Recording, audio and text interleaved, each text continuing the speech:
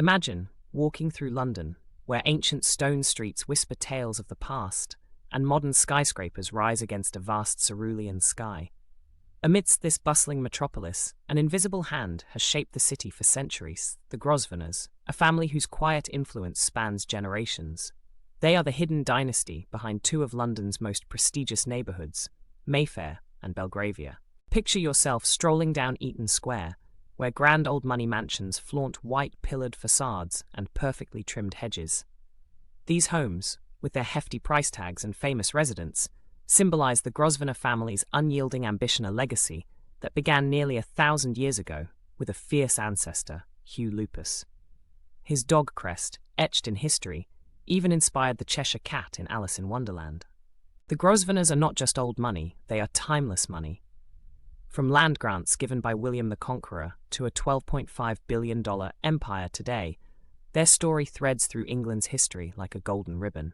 Through wars, revolutions, and shifting monarchies, their fortune endures, hidden behind guarded gates and towering walls. But it isn't just luxury estates and aristocratic titles that define this family. Behind the opulent facades lies a tale of ambition, controversy, and a quest for power. How did one family rise to control some of the most coveted real estate in the world? And what secrets remain behind the closed doors of their palatial homes? In this video, we'll uncover how the Grosvenor family built an empire, the scandals that nearly toppled it, and their modern legacy as one of London's hidden dynasties. Prepare yourself for a story of wealth, power, and a dynasty that helped shape the streets beneath your feet. Welcome to the world of the Grosvenors. Hugh Lupus' legacy didn't stop with land. His crest, a laughing dog, became a symbol of the family's identity, playful yet cunning, loyal yet powerful. Centuries later, this crest would inspire Lewis Carroll's Cheshire cat in Alice in Wonderland, a playful nod to the family's influence woven into the fabric of culture. For the Grosvenors, wealth was never just about money.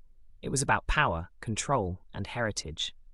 Hugh Lupus' ceaseless wolf-like tenacity set the tone for generations to come.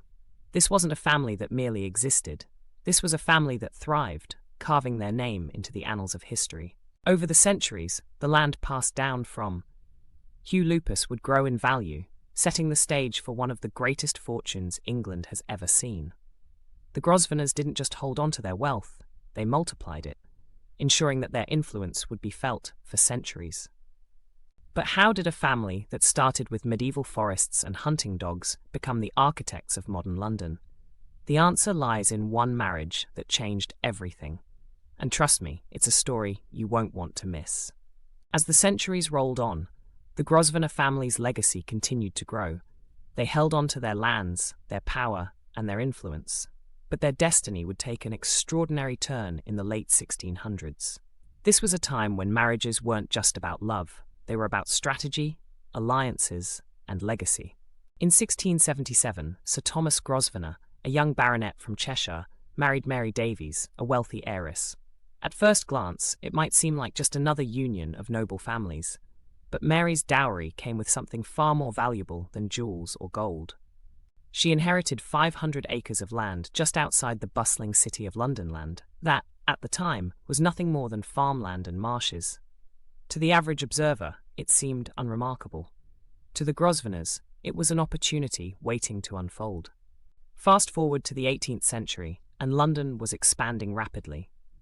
What was once empty countryside began to transform into thriving neighbourhoods, fueled by the city's growing population and wealth. That 500-acre plot of land Mary Davies brought into the marriage, it became the foundation of Mayfair and Belgravia, of the most exclusive and luxurious districts in the world. Picture Mayfair today, elegant townhouses with gleaming white facades, luxury hotels, high-end boutiques, and Michelin-starred restaurants. Belgravia, with its grand squares and private gardens, became a symbol of wealth and refinement. The land that seemed ordinary in the 1600s had turned into a gold mine, and the Grosvenor family was at the centre of it all. This marriage wasn't just a personal union, it was a masterstroke of vision and foresight. By holding onto and developing this land, the Grosvenors secured their place as one of the wealthiest and most influential families in England. They didn't just build a fortune, They helped shape the very fabric of London itself. But this was only the beginning. The Grosvenors were about to rise even higher, and it would take a visionary leader to transform their growing empire into a symbol of Victorian grandeur. The story continues with one of the most ambitious dukes London has ever seen. The Grosvenor family had already laid the foundation for their immense fortune with the marriage of Sir Thomas Grosvenor and Mary Davies. But by the 19th century, London was evolving rapidly, with railways, factories, and rapid urban growth transforming the city. The Grosvenors needed a leader who could navigate this new age, and they found one in Hugh Lupus Grosvenor, the first Duke of Westminster. A man of vision, ambition, and unshakable determination, Hugh wasn't content to simply manage the family's wealth, he wanted to expand it. He recognized the untapped potential of Belgravia and Mayfair, seeing these areas as the future heart of a growing London. Under his leadership, these districts were transformed into symbols of elegance and exclusivity, attracting the elite of Victorian society. Imagine walking through Belgravia during this time. Majestic white-pillared mansions lined the streets, each more extravagant than the last. Gardens were meticulously landscaped, and private squares offered a serene escape from the city's bustle.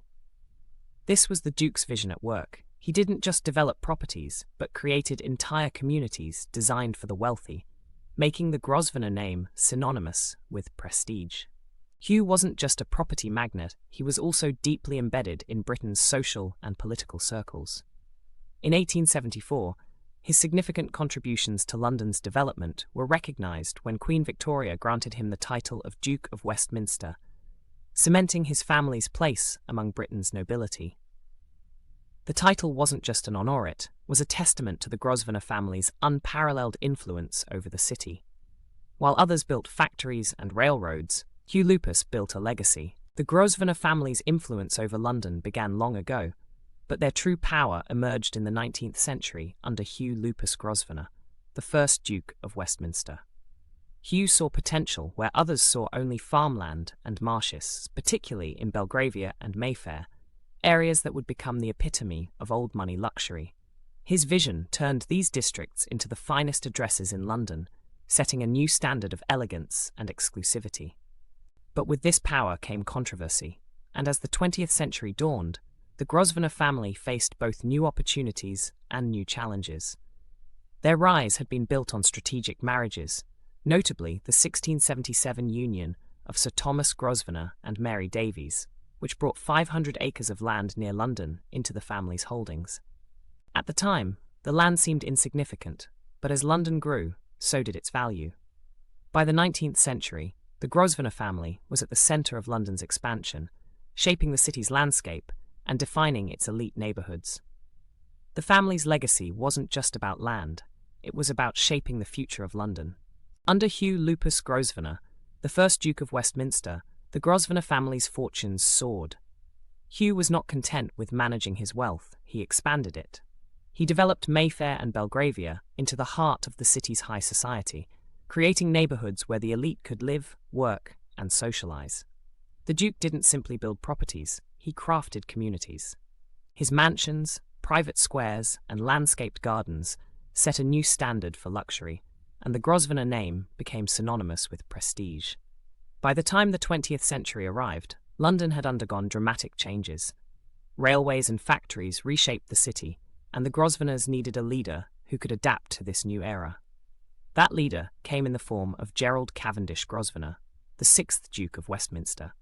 Gerald was not your typical aristocrat, understood that success in a rapidly changing world required innovation, not just tradition. Under his leadership, the Grosvenor Group, the family's property business, expanded far beyond London. Today, the Grosvenor Group owns properties worldwide, from office towers in Canada to luxury developments in Hong Kong. The family's reach has extended far beyond their iconic Mayfair and Belgravia holdings. Yet, despite their global presence, they have managed to preserve their old-world mystique. This is a family that has adapted to modern demands without losing sight of its roots. In Mayfair and Belgravia, the Grosvenors have invested in sustainable development, balancing the old with the new. They've transformed these historic neighborhoods with eco-friendly initiatives, maintaining their elegance while looking toward the future. The Grosvenor family's legacy is a testament to their ability to evolve, ensuring that their name will remain synonymous with luxury, power, and influence for generations to come. The Grosvenors may not court attention like modern celebrities, but their legacy is woven into the very fabric of London. They are London's hidden dynasty, a family whose wealth, power, and influence have shaped the city for nearly 1,000 years. And as we look to the future, one thing is certain: the Grosvenor name will continue to define London's old money world for generations to come. As we've seen, the Grosvenor family's legacy is far from simple, but that's what makes it so captivating. Now, we want to hear from you. Do you see the Grosvenors as a symbol of inspiration, or a reminder of the challenges that come with concentrated wealth? Leave your thoughts below, and don't forget to hit that subscribe button for more fascinating tales from the world of old money. Join us at Old Money Tales, where the stories of history still shape the world of today.